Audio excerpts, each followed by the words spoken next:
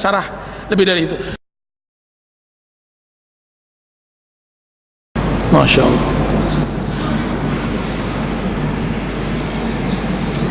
Apa kata Ibnu Qayyim? Sungguhnya maksiat bermula dari mata.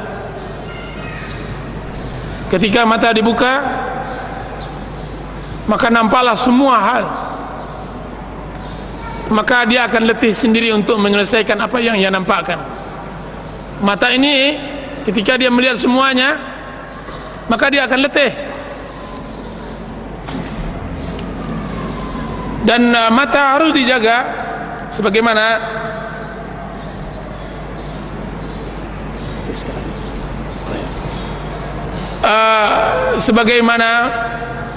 yang diperintahkan oleh Allah Subhanahu wa taala kepada kaum mukminin dan mukminat. Qul lil mu'minina ay yaghuddu min absarihim wa yahfazu furujahum.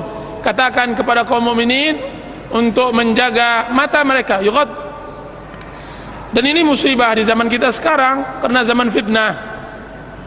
Apa kata salaf? Hendaklah zaman sekarang seorang muslim berkhalwat di rumahnya. Akan tapi jika seandainya di rumahnya juga tidak ada maksiat, kalau seandainya ada maksiat, maka dia keluar dari mulut harimau masuk ke mulut buaya. Kalau seandainya tidak ada di rumahnya maksiat pula, karena maksiat di rumah kadang-kadang lebih berbahaya daripada maksiat di luar. Yang nampak di jalan jauh lebih berbahaya yang nampak di kamar. Maksiat TV, maksiat lain-lainnya yang Masya Allah di zaman fitnah seperti sekarang ini. Apa yang harus dilakukan oleh seorang muslim ketika ditimpakan seperti itu? Pertama adalah menghadirkan kebesaran Allah Azza wa Jalla dalam diri. Besaran. Abdi aja'altani ahwanan nazirina ilai? Hambaku, apakah engkau menjadikan aku zat yang paling rendah di matamu? Jika seandainya engkau berada sama orang tua engkau tidak akan berani berbuat maksiat. Jika seandainya engkau bersama orang, engkau tidak berani berbuat maksiat.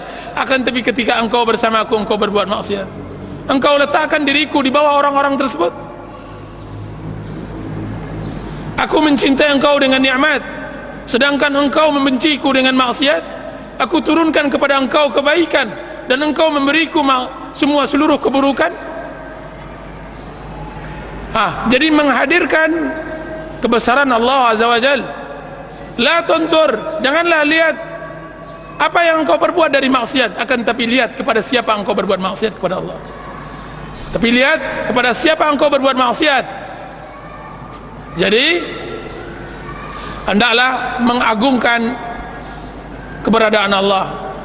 Makanya ilmu yang paling tertinggi di dalam agama Islam adalah ma'rifatullah, mengenal Allah, mengenal nama-namanya, menghadirkan itu di dalam kehidupan. Itu satu.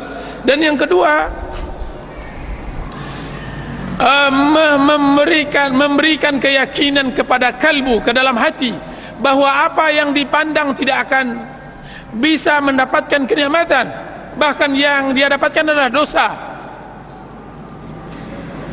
Semua dosa, apa yang kita pandang tidak akan memberikan apa-apa kecuali hanya kesibukan diri untuk memikirkan tersebut dan lalai dari ibadah kepada Allah Azza wa Jalla. Yang kalau seandainya kita tidak lihat tidak merugi, akan tapi dia adalah waswas syaitan. Dia adalah khutuwatus syaitan, langkah syaitan yang menggoda, yang harus kita berlindung kepadanya. Dan yang ketiga, berarti kita ditimpakan oleh sebuah penyakit, yaitu maradus syahawat, penyakit syahwat. Berarti seseorang tersebut ditimpakan penyakit syahwat. Manusia kebanyakannya ditimpa dua penyakit, penyakit syahwat atau syubhat. Orang yang seperti kita ini, yang ditanyakan seperti itu, adalah penyakit, ditimpakan penyakit syahwat. Maka membersihkannya, sabunlah ia dengan istighfar. Kalau memang sulit untuk istighfar, maka panaskan ia dengan bersempoh dan bertawakal kepada Allah Aziz dan Jalal. Jika seandainya juga tidak bisa, maka hendaklah dibelikan pembersih. Kalau tidak cukup untuk pembersih pakaian, maka pembersih lantai, dengan bersimpuh di hadapan Allah Azza wa Jal dengan mengakui kelemahan diri dan membesarkan dan mengagungkan Allah Azza wa Jal. Jadi hendaklah seorang muslim benar-benar penyakit hatinya itu harus diobat. Ibnul Qayyim rahimahullah mengarang kitab Al-Jawabul Kafi liman sa'ala an dawa'is syafi, jawaban yang puas bagi orang yang bertanya untuk sebuah obat yang bisa menyembuhkan, atau dalam karangannya dengan judulnya yang berbeda tapi buku yang sama, yaitu Ad-Da' wa Dawa, obat dan penyakitnya atau penyakit dan obatnya. Dan itu buku tersebut menerangkan tentang jawaban dari pertanyaan yang ditanya oleh saudara kita ini. Wallahu taala alam. Hendaklah dibaca